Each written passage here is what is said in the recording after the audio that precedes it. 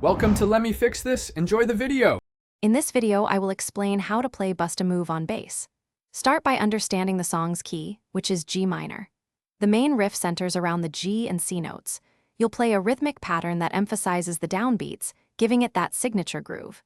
Practice slowly to ensure your timing is precise, then gradually increase your speed. A clean bass tone with a touch of compression will help your notes cut through the mix, making the riff sound punchy and clear. As you move into the verse, you'll notice slight melodic shifts while maintaining the core rhythmic feel.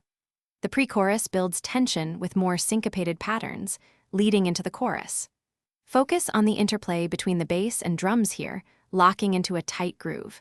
Your goal is to provide a solid foundation that propels the song forward without overpowering the vocals.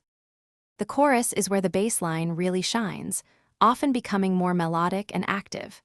It's crucial to maintain a powerful, driving rhythm here to support the main vocal hook. The bridge section might introduce a slight change in dynamics or rhythm, offering a brief departure before returning to the main groove.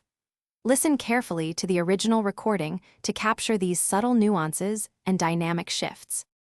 To master Bust a Move on bass, consistent practice is key. Start by isolating each section and practicing it slowly with a metronome to solidify your timing. Fingerstyle playing will give you that classic, warm tone, but experiment to find what feels best.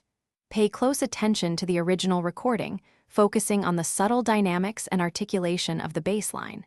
Aim for a smooth, consistent sound across all sections. Thanks for watching. If you found this helpful, don't forget to like and subscribe.